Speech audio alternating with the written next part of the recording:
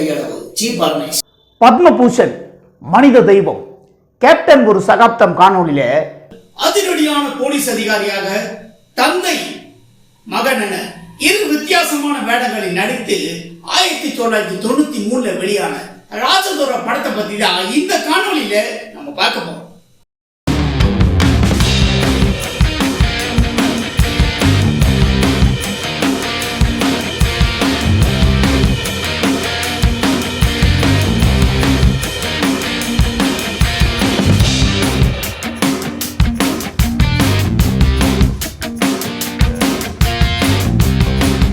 இந்த ராஜதுரை படத்தை பொறுத்த வரைக்கும் பாத்தீங்கன்னா கேப்டன் அவர்கள் எத்தனையோ திரைப்படங்கள்ல அதிரடியான போலீஸ் அதிகாரி கதாபாத்திரத்துல அவர் நடிச்சிருப்பாரு. ஆனா இந்த படத்தோட கதையை பொறுத்த வரைக்கும் ரொம்ப ஒரு வித்தியாசமான கதையை தான் இந்த படத்தோட ஸ்டோரி. கேப்டன் அவர்களோட உயிர் நண்பர் மறைந்த இப்ராஹிம் அவர்கள் தான் இந்த படத்தோட ஸ்டோரியை ரொம்ப ஒரு வித்தியாசமான ஸ்டோரியை எழுதியிருப்பாரு. அதாவது நேர்மையான போலீஸ் அதிகாரியா இந்த திரைப்படத்தில் அவர் இருப்பாரு.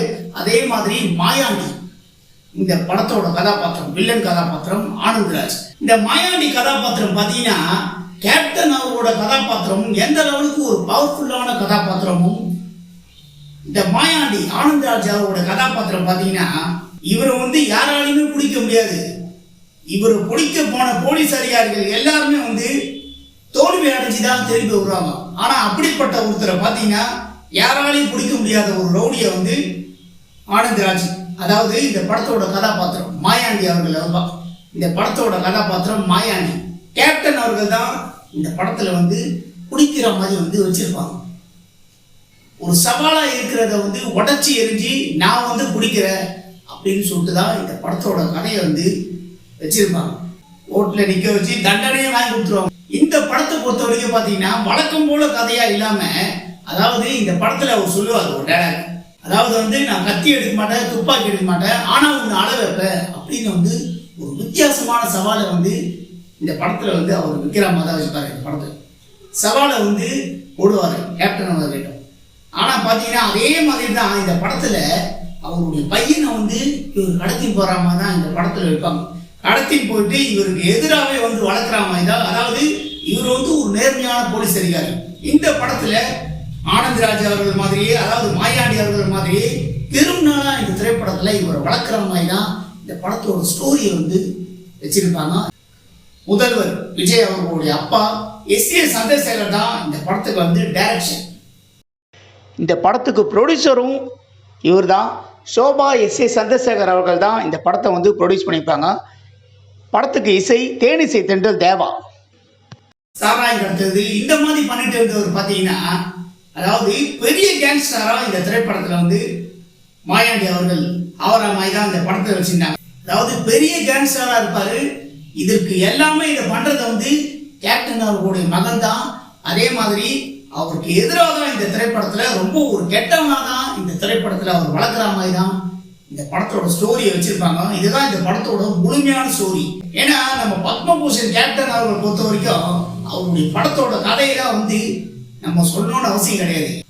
பத்மபூஷன் கேப்டன் அவர்கள் நடித்த ஒவ்வொரு திரைப்படமும் அந்த படத்தோட கதை நம்ம மனசுல ஆழமா தான் பதிஞ்சிருக்கும். அதனால இந்த படத்தோட முழுமையான கதை இதுதான். இதற்கு பிறகு இவர் பையன் காணாம போனதுக்கு அப்புறம் ஜெயசுதா அவர்களும், இதுக்கு பிறகு பாத்தீங்கன்னா இவருடைய மகனை சின்ன வயசுல காணாம போற மாதிரி தான் இந்த திரைப்படத்தை வச்சிருப்பாங்க. அதை இவர் தான் கடத்துறாங்க. இவர் தான் கடத்திட்டு போற மாதிரி தான் வைப்பாங்க இந்த திரைப்படத்துல. சின்ன வயசுல இருந்து எப்படி ஒரு வளர்க்குறாரு அப்படிங்கிறத டைட்டிலேயே காட்டுவாங்க இந்த படத்துல. ஜெயசுதா அவர்கள் பாத்தீங்கன்னா இந்த திரைப்படத்துல மகன் தொலைஞ்சு போயிட்டான் அப்படிங்கிற ஃபீலிங்ஸா இந்த திரைப்படத்துல ரொம்ப ஒரு பிரமாதமான முறையில இருக்கும். இவங்க ரெண்டு பேரோட நடிப்புமே இந்த படத்துல பிரமாதமான முறையில இருக்கும். கேப்டன் அவரோட நடிப்பும் சரி, அதாவது கேப்டன் அவர்கள் இந்த மகன் இவங்க தொலைஞ்சு போனது ஃபீலிங் தெரியக்கூடாது ஒய்ஃபுக்கு அப்படிங்கிறதுக்காக இவரே ஒரு குழந்தை மாதிரி நானே பண்றேன் அப்படின்னு சொல்லிட்டு ஒரு சீன்ல சொல்லுவார் இந்த திரைப்படத்துல. அந்த சீன்லாம் பாத்தீங்கன்னா நம்ம மனசை இந்த படத்தை பார்க்குற ஆடியன்ஸை கண் கலங்க வைக்கிற மாதிரி தான் இருக்கும். அதே மாதிரி இந்த ராஜதுரை படத்தோட ஸ்டோரியை தான் இப்போ முதல்வர் விஜய் அவர்கள் இரு வேடங்களில் வித்தியாசமான வேடங்கள் நடித்த இயக்குனர் வெங்கட் பிரபு அவர்கள் டைரக்ஷன் பண்ண the greatest of all time இந்த படத்தோட ஸ்டோரியை தான் இந்த படத்துல இந்த ராஜதுரை படத்தோட ஸ்டோரியை தான் இந்த படத்திலேயே வந்து எடுத்திருந்தாங்க. இதை வந்து நம்ம யாராலையுமே மறுக்க முடியாத ஒரு உண்மை. இந்த மோகனோட கதாபாத்திரம்லாம் பார்த்தீங்கன்னா இவர் கூட்டு போய் வந்து கொடூரமான முறையில் வந்து பாம்பு இதெல்லாம் வந்து பயமுறுத்துறதுலாம் வந்து இந்த திரைப்படத்தில் ராஜதுரை திரைப்படத்தில் வேற மாதிரி ஆனந்தராஜ் வளர்க்குற மாதிரி காட்டுவாரு. இதில் வந்து இப்போ லேட்டஸ்ட் டெக்னாலஜி மூலமா எந்த லெவலுக்கு இதில் வளர்ப்பாரு அப்படிங்கிறத காட்டியிருப்பாங்க. 1993 இந்த படத்தோட கதை வந்து வந்துச்சு.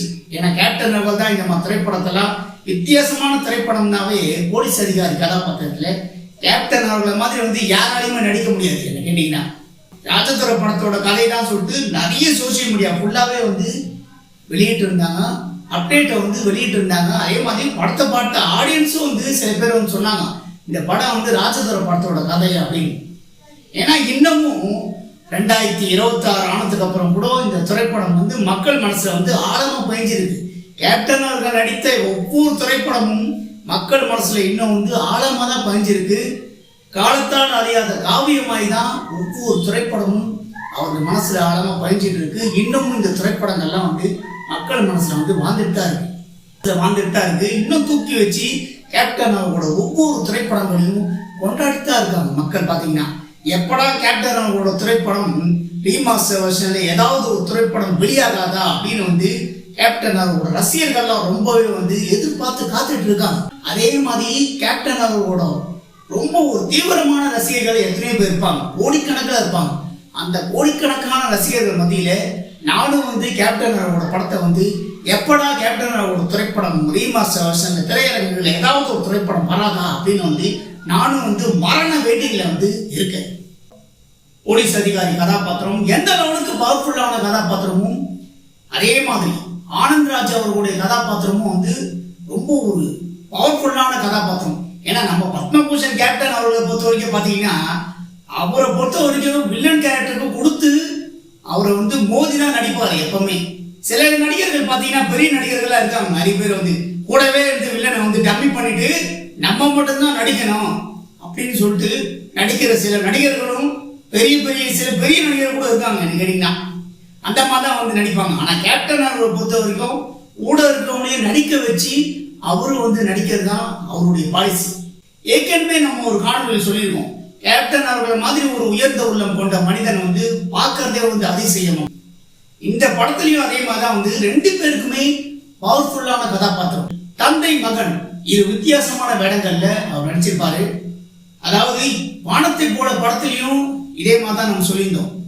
டபுள் ஆக்ஷன்ல அவர் நடிச்சிருந்தா கூட இந்த படத்துல வெவ்வேறு கதாபாத்திரங்கள் நடிக்கிற மாதிரி தான் அவருடைய நடிப்பால இந்த படத்துல வசன உச்சாரணையும் சரி, பேஸ் வாய்ஸ் தான் இந்த படத்துல வந்து வயதானதுக்கு அப்புறம் அவர் பேசுவார். ரெண்டு கதாபாத்திரம் நடிக்கிற மாதிரி தான் இந்த திரைப்படத்துல இருக்கும். அதே மாதிரி பையனோட கதாபாத்திரமும் வந்து ரொம்பவே வந்து பிரமாதமான முறையில அவர் பண்ணிப்பாரு.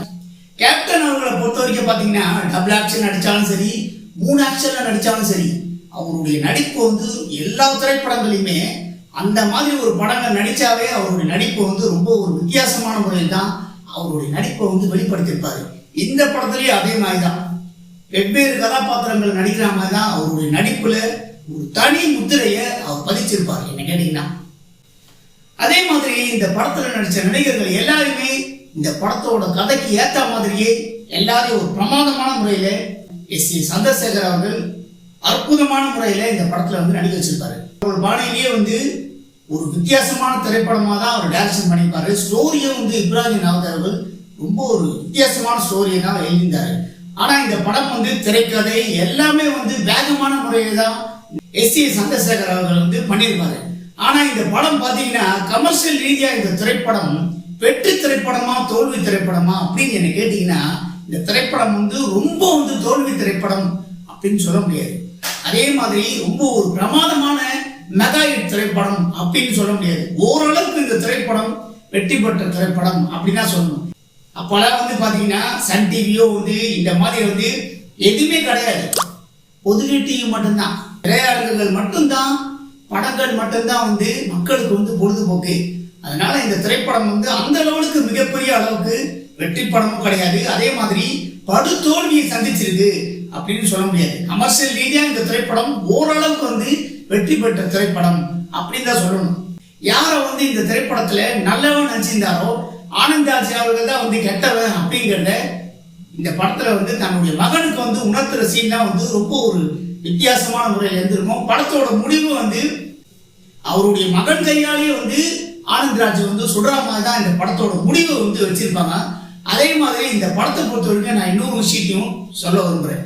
இந்த படத்துல வந்து சில காட்சிகள்லாம் பாத்தீங்கன்னா கேப்டன் அவர்களோட நடிப்பு, நடிகர் திலகம் அவர்கள் நடித்த தங்கப்பதக்கம், இந்த படத்துல சில காட்சிகள் பாத்தீங்கன்னா தங்கப்பதக்கம் படத்தோட காட்சிகள் தான் நமக்கு ஞாபகம் வரும். அதே மாதிரி கேப்டன் அவர்களோட நடிப்பும் வந்து நடிகர் திலகம் சிவாஜி கணேசன் அவரோட ஸ்டைல தான் சில காட்சிகள் எல்லாம் வந்து அவர் நடிச்சிருப்பாரு கேட்டீங்கன்னா.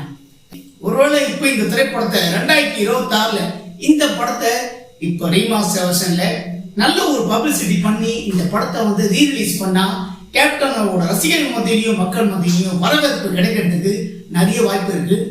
இந்த படம் மறுபடியும் திரையரங்குகள்ல ரீரிலீஸ் ஆகணும் அப்படின்னு நீங்க எல்லாரும் கேப்டன் அவர்கள் ரசிகர்களான நீங்க எல்லாம் நினைச்சீங்கன்னா என்னுடைய கமெண்ட் பாக்ஸ்ல உங்களுடைய கருத்துக்களை மறக்காம பதிவு பண்ணுங்க.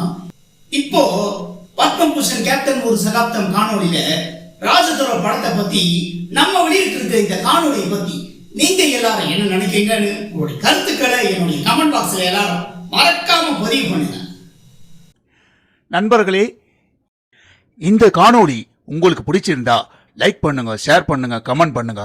ரொம்ப பிடிச்சிருந்தா ஜி பார்மேஷன் கட்டுறது கையளவு சேனலை சப்ஸ்கிரைப் பண்ணுங்க.